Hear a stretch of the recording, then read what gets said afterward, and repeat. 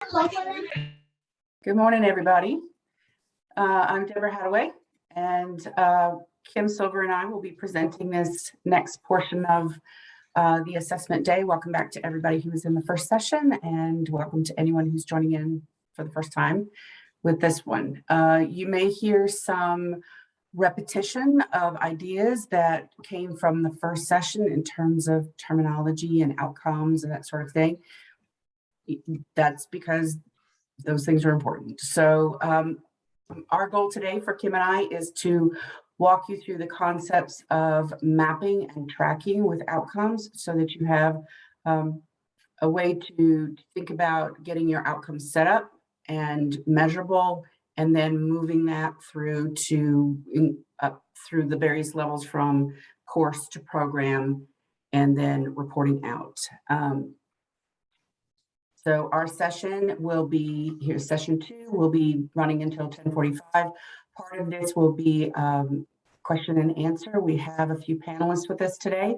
We have Lacey Kelly and Trent Houlihan and Andy Welchel, who will be here to answer any questions that you may have about how they have worked with mapping and tracking and how it's helped them through their programs. So we're going to get started here. One of the first things to think about when you are looking at outcomes, whether it's for your courses or for your programs, the best place to start is with some questions. Asking yourself about why you teach what you teach. Why does your program emphasize what it does? Oftentimes, the best places to look for some answers is to look at your disciplinary associations, your accrediting bodies, anywhere that is basically an authority in your discipline. What do they think is important? What do they think students should learn? How well does that match up with your perceptions of what your students need to be learning? And use those things as kind of a guide to help you evaluate those outcomes. Are they doing what they ought to be? Think about what students are going to get from this. Outcomes are always student-oriented, not faculty-oriented. And sometimes as teachers, it's easy for us to lose track of that. We think about what we want to teach, what we want to do, what we want to have students do. And we don't always think about it from the student's perspective of what is it they actually need to learn. And outcomes should reflect what the students are learning. So the questions that you see on the screen are some that you can use to sort of get your conversation started within your department and with your fellow faculty members about why you do what you do and what's important and how your course fits into the bigger picture, and how does the groups of courses work towards getting students prepared for graduation and for functioning in the jobs that you're setting up to get them ready for. So those are some things to think about. It's really kind of a starting point. Okay, Kim? Yes, thank you. So, Dr. Catherine Hicks mentioned this before when developing your course outcomes. You want to make sure that, there's one objective within each of your course outcomes for the students to learn. It needs to be specific and measurable. I've worked with a lot of department heads and faculty in the past, and there have been situations where, a faculty member may say, I need this assignment in this course. This assignment has to be in this course. Can we, look at this assignment to figure out how to develop the course outcomes? And that's not the way you want to work. You really want to create those course outcomes that support your program. And then from those course outcomes that are measurable and specific, that's when you start looking at the assessments that you want to create that envelop those specific course outcomes. Because ultimately, you want your students in, programs around the college, ultimately, once they complete that program, one of our objectives is to get them placed, either placed in employment or placed in transferability to a four-year university. So here are a couple of examples when we look at course outcomes when you're developing them. This first example, students will demonstrate information literacy skills. Okay, too broad. All right, well, then you look at the part below where it's just too specific. Students will be able to use the college's online services to retrieve information. So when you look at that and say it's too specific, then what you're doing is you are not allowing yourself a little bit more broadened aspects for additional resources. So with this next example where it's better, students will locate information and evaluate it critically for its validity and appropriateness. So locating that information, so that's a very specific action item, and then evaluating it. So it's a higher level, it's specific, and it's measurable. And then also creating that course outcome, it allows you to develop an assessment that, those assessments or assignments may cover more than one course outcome, but developing those reachable, specific, measurable course outcomes, that helps you in developing a measurable, specific, strategic assignment. And then another example below, too fuzzy, demonstrate fundamental businesses and entrepreneur skills. How could we write this better? And then, down at the bottom, it's analyze work-related scenarios. Okay, analyze that higher level of blooms. Take appropriate action and evaluate the results of that action. Okay, we have a question here from Dr. Jackie Taylor, who asks about, aren't we to stay away from using two verbs? And that's a very good question, because as you look at those examples, they do indicate sort of two steps. So the thing to think about with that is everything encased in a single skill set. While you may have for example, the one that says, well, locate the information and evaluate it, the overall focus of that is the evaluation, the critical evaluation aspect of it. So yes, you want to stay away from stacking multiple diverse skills into an outcome, but you may have one where you have two verbs, but they're completely entwined. And so that's why it shows up in that manner. And that's a judgment call. You have to look at whether or not those two skills that you're putting together is actually one skill is a subset of the other. Does that make sense? I hope. So kind of building here on that question and the ideas that Kim just brought out. When we are looking at writing those outcomes, whether you're doing it on a course level or you're doing it on a program level, the same concepts apply no matter which level you're on. Start with your verbs. And as Dr. Hicks noted earlier, make sure that they're observable action verbs. And there are plenty of places to find them. Bloom's is not the only one that you can use. And we'd like to encourage, we're a college. So we really should be working at a higher level than simple knowledge. So consider really the end point of the skills that you're trying to get students to develop, and think about when you're writing outcomes for what's going to happen at the end of a course, what a student can do at the end of a course, at the end of a program. Those should be in some of the higher order areas in terms of critical thinking, and think about those kinds of verbs. Again, always the focus on the student and what the student's skill will be. Once you've developed the verb, then you're developing the context. So that's going to be the statement aspect of it. One of the traps that, Catherine was talking earlier about the English department, and one of the traps that we often fall into is they're going to write X number of essays. Well, that's not the skill, that's the process. So think about the skill and try and separate that from how you're going to have them do the skill. Once again, simple, clear, straightforward language. Students need to understand what it is you want them to learn to do. Make it aspirational.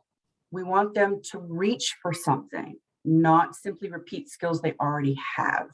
So, you know, as you're working your way through looking at your course outcomes, looking at program outcomes, think about whether or not the outcomes that you have, ask the students to stretch while still being very relevant to your discipline. All good assessment and all good learning will start with those well-written course outcomes. Those course outcomes are not just for what students will learn to do. They are the base, the guide for the teachers as we develop our assignments and as we look at developing our programs. So keep those things in mind as you move through. Kim? Yes, thank you. So, excuse me. When you are looking at connecting your program outcomes and your course outcomes, obviously the courses that you have in your program, those are your program courses. So for instance, you know, in Lacey Kelly's area, it's radiology, right, Lacey?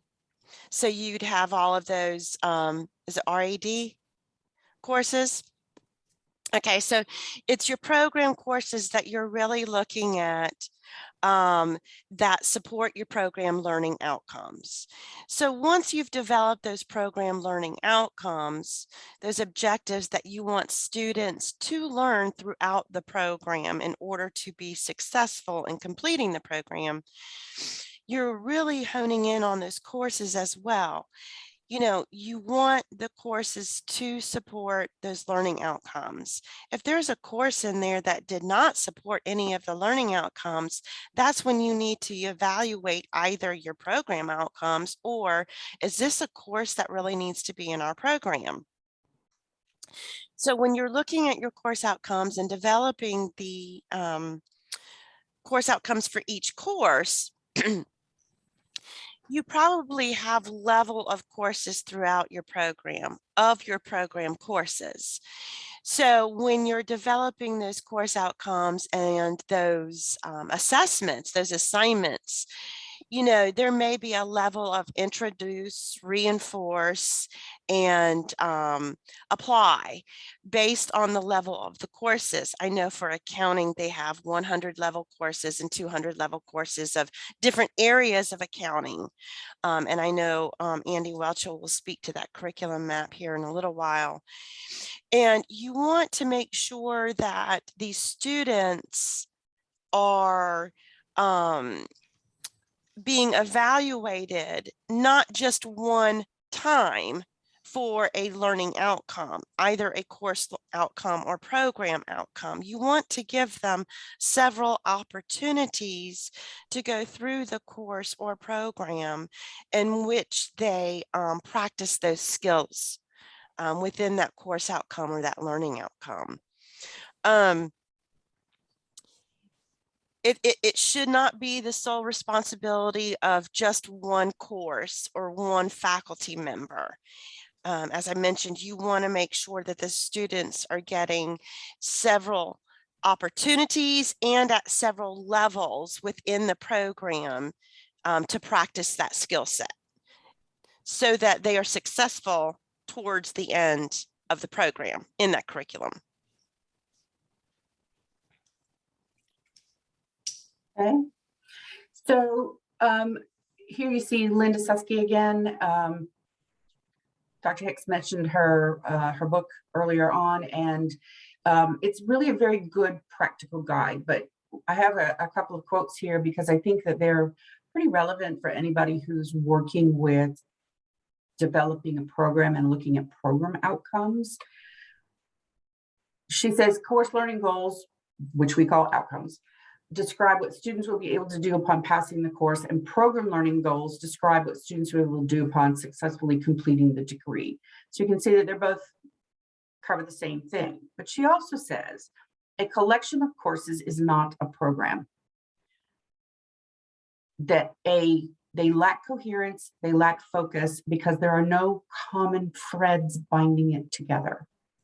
So one of the things that you will want to do from a programmatic level is look for your common threads. What are the things that run from one course to another course that are the key outcomes? Hey, there's Kim holding up the book. That are the key outcomes that run throughout. Those become your program outcomes. And as Kim noted, any course that doesn't really fit in, doesn't help support those common threads, you need to ask the question of why it's there and whether or not that's even the most appropriate course. Is there a different course that would suit the outcomes and that would match what you need and pull everything together into a unified picture for the students and for the overall goals of the outcome?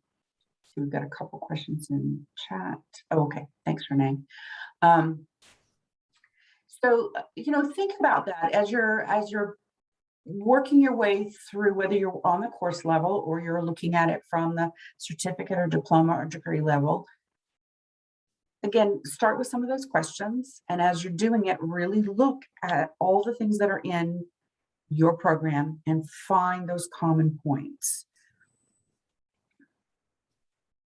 Well, I can get that to me. There we go. Kim.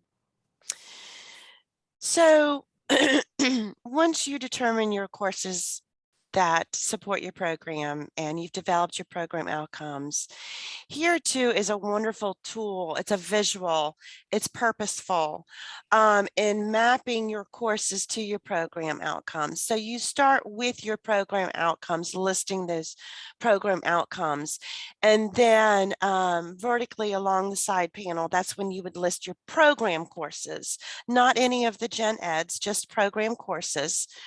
And then you start looking at and mapping where those courses fall underneath your program outcomes. And as I mentioned, this is such a wonderful visual tool in helping you determine, one, are the students getting more than one opportunity to learn the skills necessary? Two, are the courses supporting the program outcomes? And then three, which I've noticed in the past, are one or more of our program outcomes outdated? Is there the possibility that we need to revise our program outcomes, especially when it comes to programs that incorporate or implement a lot of technology now? Things change. So, it's really good to take this map, even, as you go through your annual program review, on your 5th year. That too is when you really dissect this curriculum map to determine, do we not only need to look at our courses, but possibly revise one or more of our program outcomes to ensure, based on relying on, as Debra had mentioned before, those peripheral boards, those outside boards that help support your students, your advisory committees and such. They give you lots of information that you need because we're inside teaching the material. And a lot of times we do not get enough exposure out there of truly what our students need to successfully complete in order to be placed. So relying on those advisory committees and looking at not only your course outcomes and those specific courses, but also your program outcomes. And that's really where this starts with this curriculum mapping. So we're going to actually look at a curriculum map in just a second. But as you're developing that map, I want you to think about a couple of things. As she said, it's a visual. We're going to show you one in just a second. The map should answer some basic questions. Is it designed so students have plenty of opportunities to practice and learn? Is the curriculum designed to a logical progression? In other words, are they developing the skills in an order that makes sense? Is the curriculum giving variety of learning opportunities? In other words, not doing the same thing over and over and over again. Is it progressive in its rigor? So that's one of the key things to look for, is whether or not it's progressive in the way in which it moves, in the how intensive the work is that you're asking for the students. Is there a capstone? And if you don't have a capstone, do you need one? Is the map simple and easy to follow? Does it meet the needs of your stakeholders? Okay. Kim, I want to check something real quick. Nope. Okay.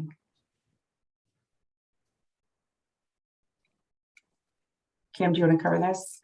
Got it. Thank you. So some mapping tips.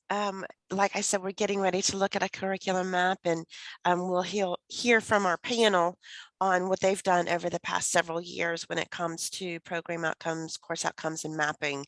But some tips, focus on the common requirements that your students need to learn, not just on the course or courses themselves. Check a course. Evaluate the course. Is that course supporting your program outcomes? You can have a course that supports more than one outcome. You can have an assignment that supports more than one course outcome or program outcome.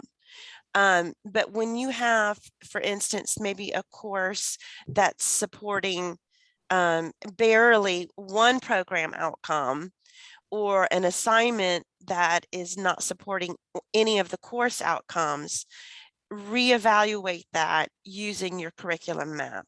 What do we need to review and revise, update, continuous improvement, in order for our students, again, to have more than one opportunity to be exposed to the learning outcomes. As we mentioned before, and I'm sorry, I used the word apply. I always use the word apply, but when you have the level of your program courses, in order, and within your program, you may have several different tracks. I know within the accounting, and I don't want to take up too much time with accounting because I know Andy will speak of that. There are several different learning areas in accounting. There's tax, there's financial accounting, there's manufacturing. So within those several areas, is there an introduce, reinforce, and apply within those courses, just within those areas? And does the capstone course in that program, how many program learning outcomes does that capstone course cover? So just tips like that, helping with the progression of the courses within your program. And as I mentioned, elective courses and gen eds are not included in the map. It is just your program courses. So here's what the map actually looks like. When Dr. Edwards and Dr. Hicks were going through the LibGuide earlier, they showed you places to find these things, and under curriculum mapping, there was the template, and this is the template that you would get, but this one is filled out, and this one is for accounting. And you can see that across the top, I'm by my mouse, this is where the programmatic outcomes are listed. On the side is where the courses are listed. And then you can see it's listed as whether or not it's required or elective. And then within is the levels. So for example, Accounting 101 introduces this programmatic outcome. So it introduces all of the programmatic outcomes, but that's all it does. So at some point, then those skills have to be reinforced, and they're not all necessarily reinforced in the same courses. And I know that Andy experienced some insights when he developed his map. And so Andy, if you're there, would you talk a little bit about how the mapping helped you figure out adjustments that were maybe necessary within your program? Yes. And I'm Andy Welchel, and I've been the department head of accounting for 3 years now and been participating in assessment for the past 2 years. We just finished doing our LOs and then the year before our core competencies. But yeah, we've learned a lot from this. So first of all, a couple of things. Accounting 101 is, like you said, where these are introduced. These same concepts are reinforced in 201, 202, and 246, and 275 to a degree. And so one thing we want to make sure we do is that we let all the upper level courses assess one learning outcome or another. And it looks like, we've made some improvements before accounting 201, which reinforces the accounting cycle, no assessments in that course were being used to assess any of the learning outcomes. So we fixed that. And another one that we're going to start looking at is that accounting 230, which is a continuation of accounting 102, where I'd like to incorporate that as well. Because it's an upper level course and it does indeed reinforce a lot of the concepts learned in 102. Let's see, I've got a couple of notes here. Yes, so we need to have a broad representation from the courses so that one course isn't assessing several of them. So kind of split this out so all the work isn't on one instructor. So that's also something that you need to keep in mind. As Kim said, we do have, we need to assess if any of these courses, not the gen eds, but we have courses that aren't gen eds, but they're not program courses either. We need to really evaluate if they are, assessing any of these learning outcomes. And that's what we're going to be doing the coming year as well. I would also recommend that you stay away from final exam as, well, first of all, in the assess column, you see O's and F's. These are the types of assessment. O is just other, and F is field experiences, because we have students do service learning. But I'd also like to incorporate some more methods of assessment. For example, some of the good ones are papers. We're actually going to be having a certification exam in one of the courses, and I'd like to incorporate that when that comes. That's coming next spring. Oral presentations and written papers are another method of assessment, which we're currently not using. And the good thing about those is you can also use those same assessments to assess your core competencies. So you can do double duty in that respect. Let's see, what else have I got? Oh, the reason we should stay away from final exam, I think, is because a final exam, if it's cumulative, it assesses so many different things in one exam.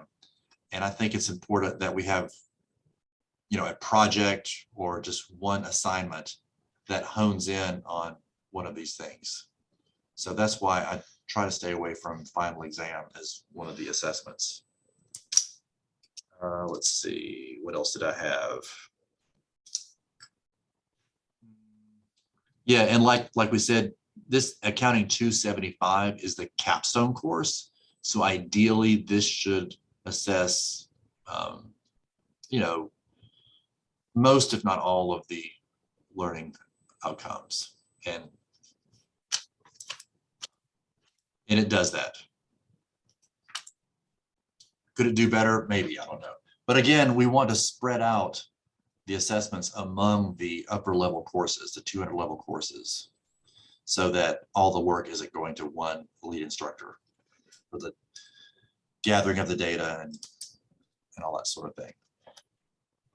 Do you have anybody have any questions about this? I've been through this, so I think I know what I'm doing. So I'm happy to answer any questions you may have.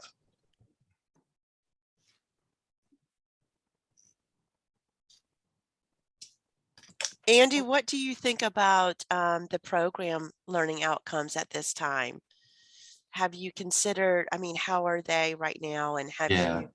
have you heard from your advisory committee? I know you went through APR this past year as well. So where do those stand? Right now, well, we actually have an advisory committee meeting next week, at the end of next week, and we're going to talk about these. So yeah, but the last time, if I recall, the last time we revised these was 3, 4, maybe 5 years ago. So, but a lot of accounting doesn't change. You know, they're always going to have to do the accounting cycle, use that information for decision making, do taxes and payroll, and practice with ethics. And then this is a general one about using computer technology. It doesn't hone in on any specific technology. So I don't anticipate any big changes coming for these. We can, of course, tweak them a little bit if necessary. Okay. What do you think about adding more? I've often thought that maybe we should keep it to 4 or 5. If you get into 6 and 7, I'm not sure that's always necessary. What do you think about that? I agree that you want, you want specific program learning outcomes. Obviously, you want to make sure that you're assessing that learning for those students once they complete that program. I know I've had worked with a couple of department heads in the past where they had considered anywhere between 10 and 12 learning outcomes. That's too much. That's too overwhelming. And that's just too much assessment. You can do too much and not get any data out of it. So Right. you want to have that, the right, anywhere between, I would say 3 and 7 learning outcomes for your program so that you can have relevant, meaningful data when assessing your students. I would say Deborah, that what? yeah, I would agree that quality over quantity in terms of assessment should be sort of the guide. And I see that, Jackie, you had a question here about the electives on the map, and you said something about the previous slide. I'm going to go back one slide.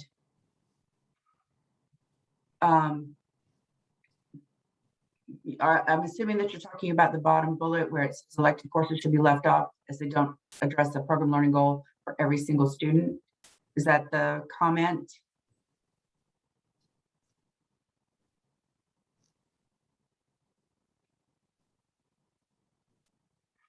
I think that's what I think that's probably what she was referring I to. think that's what she's referring to. Yes, removing electives and gen eds from the Right. curriculum map when looking at your program and course outcomes.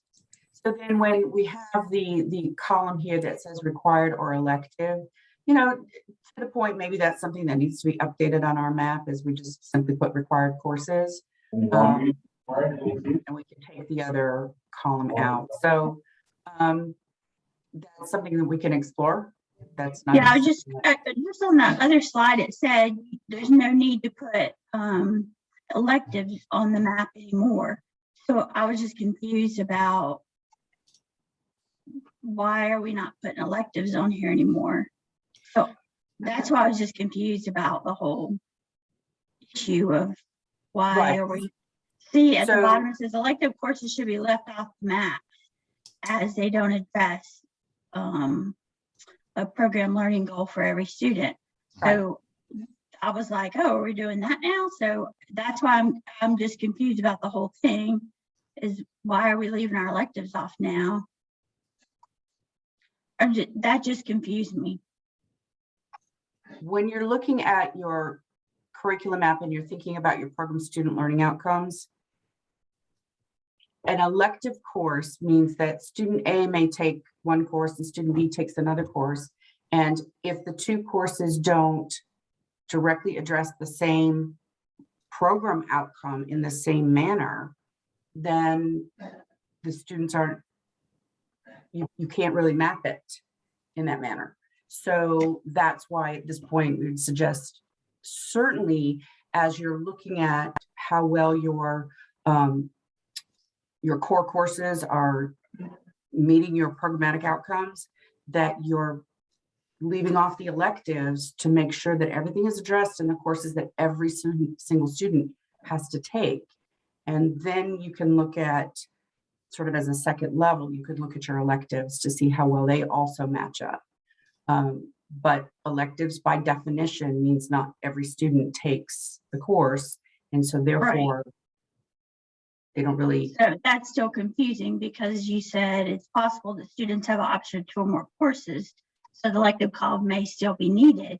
So I was just confused, like, are we putting them on there or are we not putting them on there? I would say I was just them on there. confused. It's just, I guess it's up to us whether we feel like we need that on there to make it clear or not for our own program.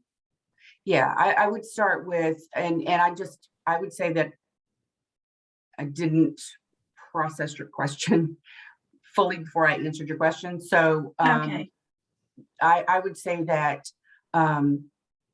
you don't want to put anything on your map right now that is an elective. Put all of your required Okay. courses on, map that out.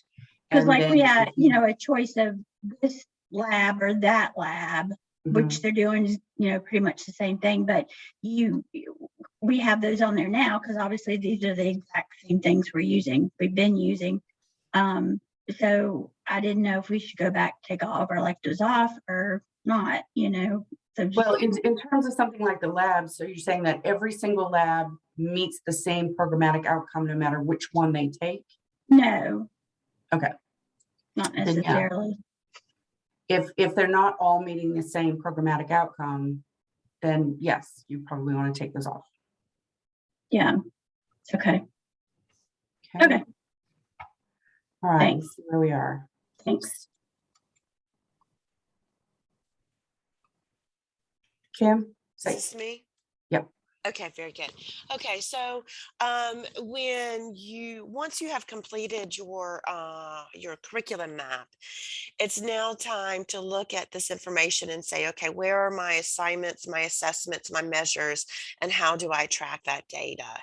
So this curriculum map gives you a guide as to, all right, here are the assessments that I'm going to use. For instance, Andy mentioned, the project-based assessments, service learning assessments. How am I going to assess these measures? And when assessing these measures, do I have relevant good artifacts? Is it something that I can pull that people can see that this assignment was completed? So be very careful when you do develop those assessments that you do have an artifact to provide. If it's a peer evaluation or if it's an assignment in a different learning management system, is it something that you can pull as an artifact? So, and then you determine how you're going to track those assessments based on how you will measure them, the learning outcomes, but also assess the assignment. And many faculty and department heads in the past, and it's very helpful, have used grading rubrics to implement into their Blackboard courses. And, it's a wonderful tool, and it's not challenging to implement into a grade column for each of those assignments or measures. And it's really nice in the fact that you can allow that grading rubric to be visual to the student so that they can see, and it gives them guidance. And then you use that rubric as the grading tool to assess that measure. And then you also can pull a collective report, grading rubric report, from all students within a particular course. And then, just making sure that your faculty are on board and everyone is informed of how you will be assessing a particular assignment, a measure, so that it's all done consistently.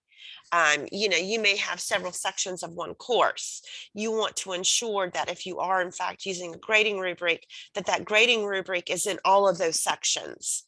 And you want to make it as consistent and non-judgmental as possible, and use only that grading rubric when you have more than one faculty. And then it's about once tracking that data, compiling it and being able to read it, and determine based on what you've pulled from those reports of that assessment or assignment, where is the meaning, where is the information, what is it telling your program, telling you and your faculty about your students? So yeah, as Kim noted, you want to track data over time, and really our best data comes from that trend that you develop where you have, at least 3 points so that you can start to see an actual trend. When you're pulling it, you want to have some consistency, as she already noted, so that you're pulling the same kind of thing year over year over year, so that you can see that progression. That's what our assessment reports, that's what our both our internal documents that we use and things like Watermark help us keep track of that kind of data. You can go to the dashboard to get some of it as well in terms of success outcomes. Once you have all of those things and you're pulling your artifacts, remember that when you're pulling them, you want examples of multiple levels of student work. So you want to make sure that you have an example of excellent work, an example of acceptable work, and an example of work that is not up to the level that you need it to be, so that you have something to back up the actual data itself. That if someone wants to say, okay, well, what does make an excellent example of an accounting plan, then you have something for to show for that.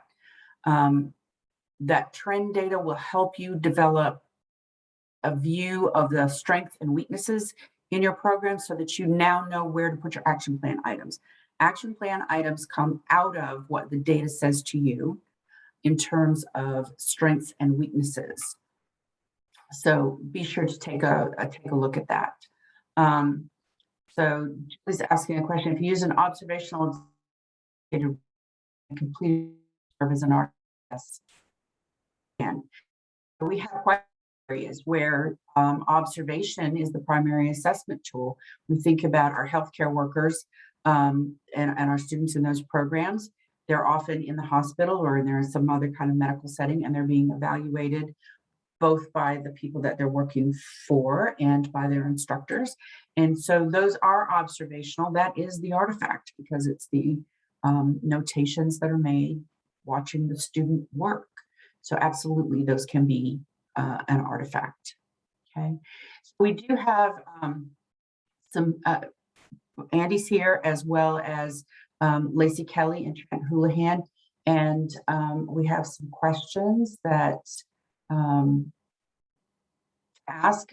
that you can ask, and that we're going to ask them and see what insights they might be able to share. Kim, did you want to take a lead on this, or? Yes, I can. So Trent, let me ask you this first question, because I know you've been over in your area for a few years now, right? Maybe 2? Maybe coming up to a year and a half. Oh, really? Oh, okay. Sorry. So right when COVID hit, I guess, huh? It's all running together. So has your program looked at the course outcomes and made any changes this far within your program? Yes, we made some pretty hefty changes right about the time I got here, or soon after. I think the biggest change we did was we had too many program learning outcomes. It's for people that are looking at what the outcomes they have, if you have too many outcomes, you're overwhelming yourself with how many courses you have. and you're assessing everything all the time. And I think we were more assessing individual tasks than an overall skill, which is down to choosing the correct program learning outcome from the start.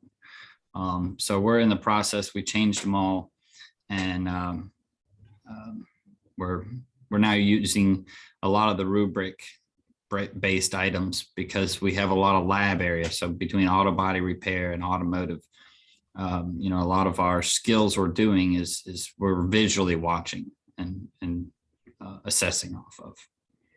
Okay, great. Excellent response. Thank you.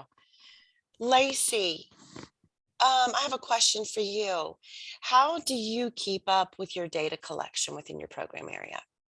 So it could be challenging at times, but I think that creating a share file that everyone has access to and kind of making folders for each objective, also for the core competencies, having a schedule so everyone can go to the share files and look, and involving the program as much as you can. A lot of people think it's all on the program director, but it's really not. It's the program, which includes the faculty responsibility. So just letting everybody know, having meetings periodically to discuss not only like the student learning outcomes, the core competencies, letting them be a part of that situation and conversation, involving them as much as you can, going over the results, and also looking at areas, especially if you're meeting it every time, to kind of look at that and see, you know, is this the right assessment? Do we need to use something else? And then, you know, somebody might be doing something in their class already. So not always like saying, oh, we got to create a new assignment or assessment for this, but somebody might be ready at doing this in their class already and say, hey, I do this. Why don't we use this for, you know, the oral communication or whatever you're assessing? So really involving the program and meeting periodically, you know, at least, you know, twice a year, you know, to kind of group, get ready for the assessment period. And then if you need to meet midway, and then entering your data as you get it instead of waiting to the end. And a good point would be at the end of each semester or however, but making sure people give you their results as soon as they have it, so you can put it into the system and not feel so overwhelmed when it's due or the night before, just kind of staying on top of that. But involving the program faculty, definitely, you know, putting a folder on the share files to make sure that everyone has access to it, making subfolders so people know where to put their artifacts, letting them know what you need, and then showing them examples of things that you need is helpful, I think. Excellent. Great information. Thank you for sharing that. Does anyone have any questions for either Debra or me, or for any of the panelists?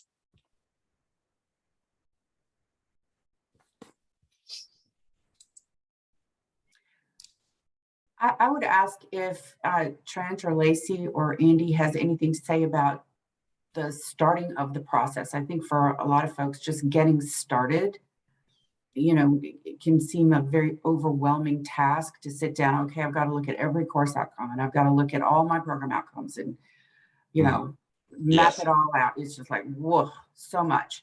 So that's hard. And that's why I admit last time I waited a couple weeks before I started because I just didn't know where to start. But of course, we have some great resources, two great resources. One is Kim Silver. And if you're unsure how to start, just give her a call or go to her office, right, Kim?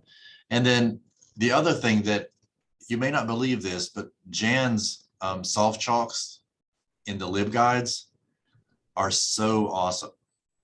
They're organized, and if you go through those, you will literally not have any questions about how to get started. So I think you showed us those earlier, right? The modules that she has in the guides, those are invaluable. okay. Lacey, Trent, any comments on just sort of the whole get started part? Thank you, Andy. I think for me, one of the things that helped me out, and you know, for people like me in these programs where I'm a visual person, is, we're all in these different cohorts, and there's different things you're assessing each year. So it's not all the same. So when you go to the LibGuides, it just shows you which cohort and then which items, so you have to kind of figure it out.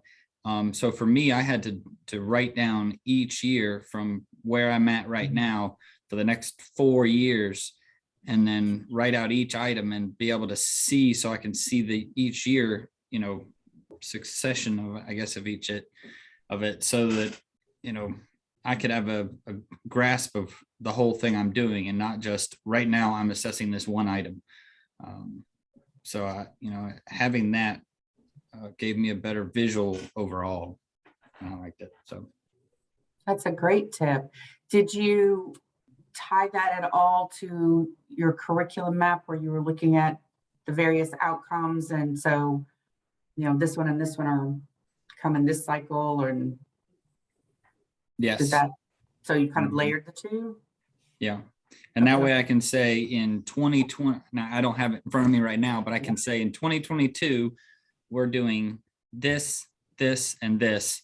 And here's my curriculum map. And I'm going to do this and this from these 2 classes. And then I look at my course scheduler and okay, who normally teaches steering and suspension, who normally teaches blank, and we can go, we just need these items from these 2 people. That's our goal moving forward. We're still just in the beginning process of some of this, and I haven't been here that long. So, but that's our plan moving forward. Okay. That's great. Thank you. Easier. Lacey, do you have anything to add? I do something similar, just like using the share file though, but yes, making a schedule, letting everybody know what items we need, for the full year, what we're assessing. And then, we have folders based on the year that we're assessing. So everybody can kind of look forward if they want to, they can look back. All of the artifacts are in the folders, all of the assessment tools, everything is there. And then just meeting periodically to kind of regroup, letting people know what you need, when you need it, and then having conversations about, our outcomes. Is this what our assessment should look like? Is this what our accreditation is wanting? Do these still match what we're actually teaching and doing? So just having those conversations with the faculty. Okay. Does anybody have any questions that maybe pertain to your particular area, whether it's about curriculum mapping or how to get started with your outcomes, writing the outcomes and the measures?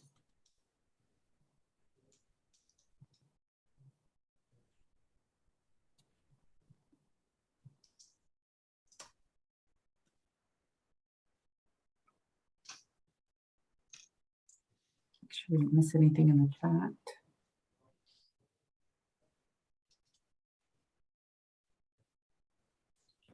We are always definitely here to help anyone. Deborah, Absolutely. myself, faculty fellows, Dr. Lee Edwards and Dr. Catherine Hicks, Renee Sawyer. So we're all a part of the academic assessment committee. So certainly anytime you need a resource, our panelists, they've done a great job. Thank you very much and sharing the information and what you all have accomplished with assessment. We appreciate you sharing it.